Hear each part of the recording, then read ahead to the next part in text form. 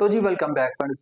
अच्छा फ्रेंड्स, आज की जो वीडियो बनाने का मकसद है वो ये है कि आपको बताया जाए कि ये आईवीएफ क्या है, आईवीएफ से बनता क्या है, आईवीएफ किस महान हस्ती ने सबसे पहले दुनिया में निकाली, ये तरीका क्या है, इसका पूरा प्रोसेस क्या है, इसकी हिस्ट्री क्या है, पाकिस्तान में और पूरी दुनिया में इसके क्या लॉज हैं, और इसके अलावा इस्लाम जो है ना वो क्या कहता है इस आईवीएफ प्रोसेस पे, या इस आईवीएफ बीमारी जो है, सॉरी आईवीएफ जो तरीकाकार है उस पे।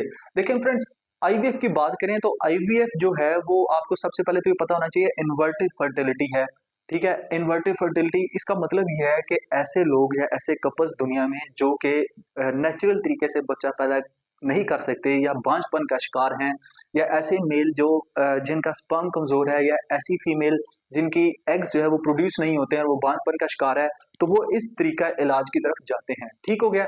इसकी अगर हिस्ट्री की तरफ देखा जाए तो ये जो हिस्ट्री है ये स्टार्ट होती है 1860 से। वैसे तो हिस्ट्री तब से ही स्टार्ट हो जाती है, तब से जब से लोगों ने शादियां शुरू की हुई हैं, जब से दुनिया बनी है। कि ऐसा तो हो नहीं सकता है कि दुनिया में हर औरत का बच्चा पैदा हो रहा है या हर मर्द का बच्चा पैदा हो रहा है, क्योंकि बीमारियां भी तभी से स्टार्ट है जब से इंसान पैदा हुआ है। ठीक हो गया। तो जब से इंसान पैदा हुआ है तब से शादियां हो रही हैं, और जब से इंसान की शादियां हो रही हैं तब से ही औरतें और मर्द जो है वो बांझपन का शिकार है।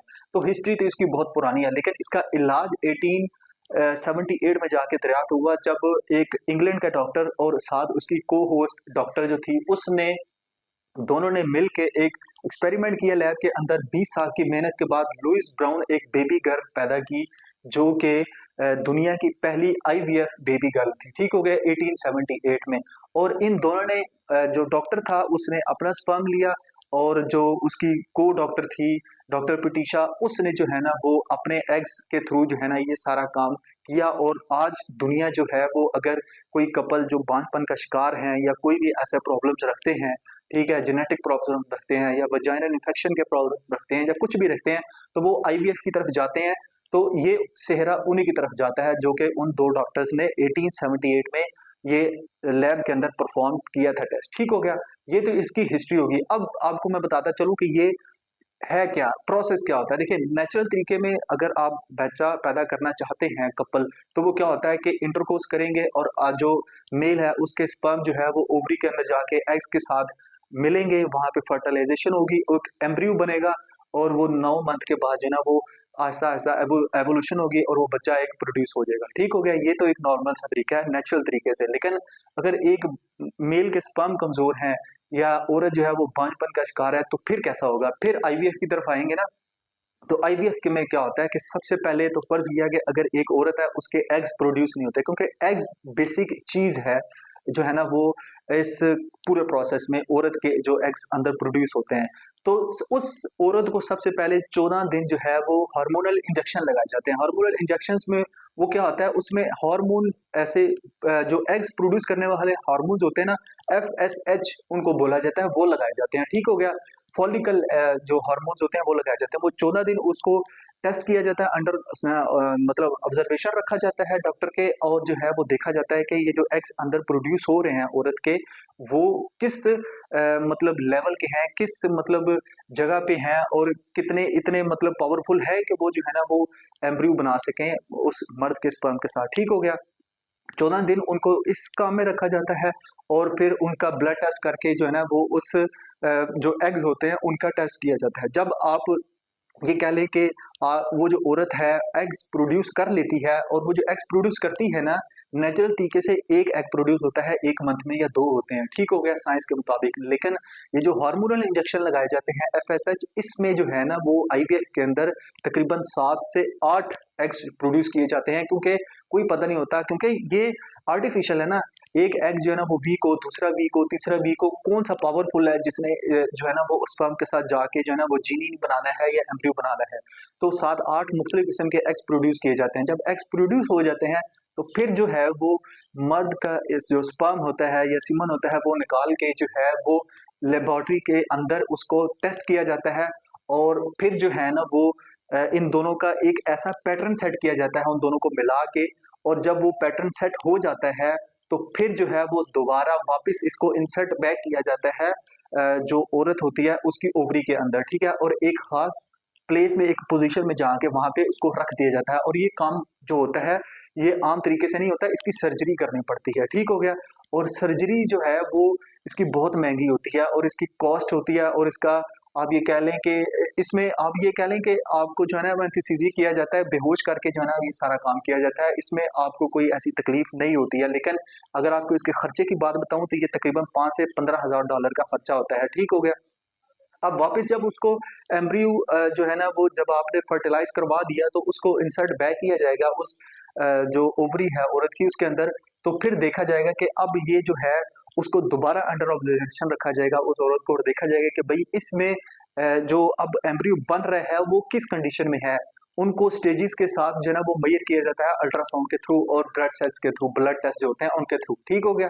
अगर तो वो कामयाब हो जाता है, एम्ब्रियो ऐसा ऐसा बढ़ना स्टार्ट हो जाता है, तो फिर क्या होगा, फिर जो है वो समझ लें कि आपकी प्रेगनेंसी ठहर जाएगी, फिर वो आपका बच्चा पैदा हो सकता है। लेकिन अगर ऐसा नहीं होता और जो है वो पता लगता है कि ये वाला जो एग था औरत का वो भी वीक है, दूसरा भी वीक है, तीसरा भी वीक है, तो इसका मतलब सारे एग्स जो है ना वीक हो गए। फिर उसको तकरीबन 3-4 महीने का वक्फा दिया जाता है और दोबारा से यही प्रोसेस स्टार्ट किया जाता है। और ऐसे ऐसे लोग हैं, ऐसी ऐसी मैंने बीबीसी पे रिपोर्ट्स पढ़ी हैं कि 10-10 बार जो है वो कपल जो है वो ये इस काम में जाते हैं ताकि जो है ना वो हमें अपनी औलाद या अपना बच्चा पैदा करने में आसानी हो, ठीक हो गया।